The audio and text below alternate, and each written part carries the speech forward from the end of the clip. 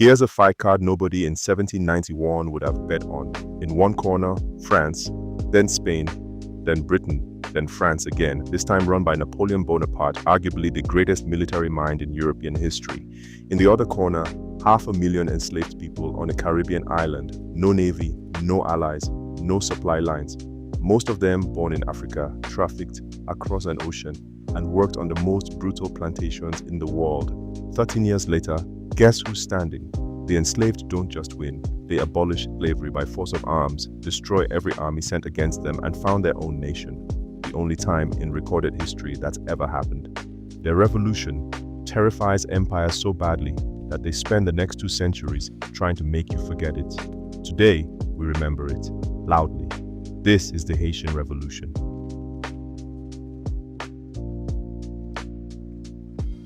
Welcome back to Roots of the Past. Real history, told with receipts. Strap in, because the story has revolution, betrayal, plague, and emperor's downfall. And it even explains why the United States is the size it is. No, really. Let's go.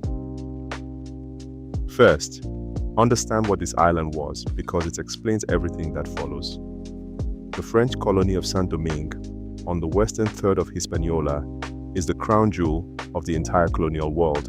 By the 1780s, this one small territory supplies roughly 40% of the sugar and 60% of the coffee imported into Europe. Your morning coffee habit. In 1789, odds are it runs through this island, and every ounce of that wealth is produced by one of the most lethal slave systems ever devised. 500,000 enslaved Africans, outnumbering white colonists more than 10 to 1. Conditions so deadly, overwork, disease, violence, that the population can only be maintained by constant new arrivals. Over its history, France traffics nearly 800,000 people to this one colony. That's almost double the number brought to all of North America. Sit with that comparison for a second. Then, in 1789, France has its revolution, and the words come floating across the Atlantic. Liberty, equality, the rights of man. 500,000 people hear those words and notice that nobody intends to include them. Big mistake. Historic mistake. According to tradition, it starts in a forest clearing called Bois Caïman.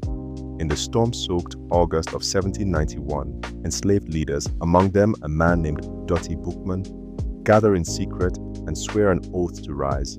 Quick honesty check, because that's how we do things here. The details of that ceremony come to us mainly through a single hostile account written years later, and historians still debate what exactly happened that night. But what happens next is beyond all doubt, because you can't fake this much fire. On the night of August 22nd, 1791, the northern plain erupts. Plantation after plantation, the enslaved rise. Within weeks, over 100,000 people in revolt. Hundreds of plantations, the richest real estate on earth, in ruins. And out of the chaos steps the revolution's chess master, a formerly enslaved man, nearly 50 years old, named Toussaint. He'll soon take a new surname, Louverture, the opening. Because that's what he does. He finds openings, self-educated, master strategist. He turns rebel bands into a disciplined army and starts playing the empires against each other. Fighting for Spain when it helps, for France when it helps. Always chasing the one prize that never changes, the permanent death of slavery. 10-second favor. This is the kind of history that almost got erased. If you think it should be told, subscribe. It's free and it genuinely keeps stories like this alive. Back to Toussaint. And in 1794, the unthinkable happens. The revolution forces Europe's hand.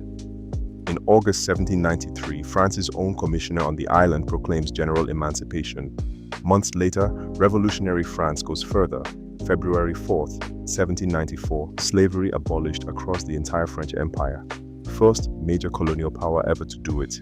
And it happened not because Europe grew a conscience, but because Saint-Domingue made it happen. Toussaint now rallies to France and goes on an absolute tear. He drives out a Spanish invasion, he drives out a British invasion, and Britain loses thousands of soldiers trying to grab the colony. By 1801, he governs all of Hispaniola and issues a constitution, naming himself Governor General for life. with slavery abolished forever. Now, common mistake incoming, and we don't do myths here. Toussaint never declares independence. Read the fine print of his constitution. Saint-Domingue stays French. He's betting he can have autonomy and France. There's just one problem with that bet. France has a new owner, a short, ambitious artillery officer with strong opinions about colonies and zero attachment to the whole liberty and equality thing. Napoleon is coming. Late 1801, Napoleon sends his own brother-in-law, General Leclerc, with an initial force of 20,000 troops, more to follow, to bring the colony to heel. The war is brutal and grinding, and after months of it, Toussaint agrees to an armistice and retires to his plantation. Then comes one of history's ugliest betrayals. June 1802. Invited to a meeting under safe conduct, Toussaint is seized, stuffed on a ship, and locked in Fort de Joux, a freezing fortress in the French mountains. The man of the tropics, deliberately buried in ice and stone. He dies there in April 1803. As he boarded the ship, he's said to have delivered a warning. You have cut down only the trunk of the tree of liberty. It will grow back from the roots. Remember that line. It's about to come true in spectacular fashion. Two things now destroy the French army. First, the truth gets out. Napoleon has reimposed slavery in Guadeloupe, so everyone now knows exactly what's planned for them. The entire population rises. This is no longer politics. It's freedom or death, and the people fighting for freedom have nothing left to lose. Second, and this is the horror movie part, yellow fever. The mosquitoes of Saint-Domingue do to the French army what no European enemy ever managed. Soldiers die faster than France can ship them in. Leclerc himself dies of the fever in late 1802. Of the tens of thousands of soldiers and sailors France pours into this campaign, only a fraction ever see home again. The catastrophe is so total that Napoleon rage quits the entire Western Hemisphere. He takes France's massive North American territory and sells it to the United States for $15 million. The Louisiana Purchase, 1803, the US doubles in size, and the receipts should really say made possible by the Haitian Revolution. The end game belongs to Toussaint's fiercest general, Jean-Jacques Dessalines.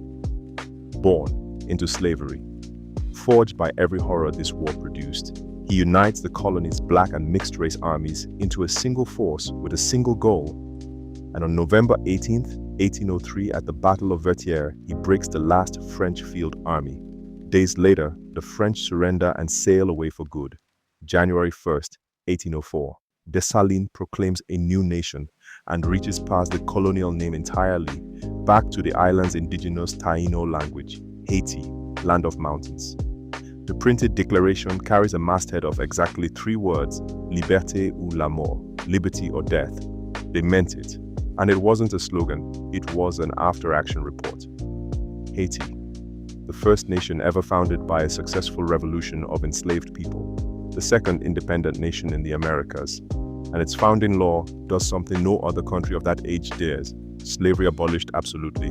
All citizens equal regardless of color.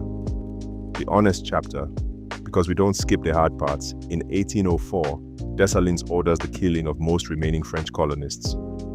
Historians estimate between 1 and several thousand people, framing it as preemptive defense against re-enslavement.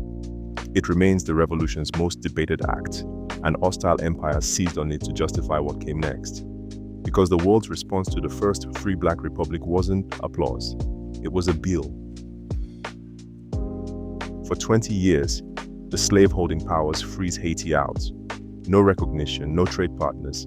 Then, in 1825, France finally returns, with a fleet of warships carrying over 500 cannons, and delivers one of the most audacious demands in history: pay 150 million francs in compensation. Compensation to whom? To the former slaveholders for the loss of their property, meaning the Haitian people themselves pay or face war and possible re-enslavement. That sum is roughly 10 times Haiti's annual budget. Under the guns, Haiti's president signs. To pay, Haiti borrows from French banks. Debt stacked on debt. The principal is later reduced to 90 million francs, But payments tied to that original ransom don't fully end until, are you sitting down? 1947. Haiti paid for its freedom, with interest, for 143 years. The economist Thomas Piketty argues France owes Haiti at least $28 billion in restitution. Other estimates run far higher. So the next time someone asks why Haiti has struggled, you have the answer. Haiti is the only nation in history forced to buy, at gunpoint, recognition of a freedom it had already won on the battlefield. And yet, the achievement stands untouched. Haiti proved the entire Atlantic system could be beaten by the very people it enslaved. It aided Simon Bolivar's liberation of South America. It turned liberty and equality from a European slogan into a universal claim. The tree grew back from the roots, exactly as promised. 13 years, 3 empires beaten, one idea taken literally. No human being can own another. They don't teach this one properly in school. So share it with someone who needs it, and subscribe to Roots of the Past for history with the receipts. Comment below what part of this story shocked you most. For me, it's 1947. It's always 1947. The roots of the past run deeper than we know. See you in the next one.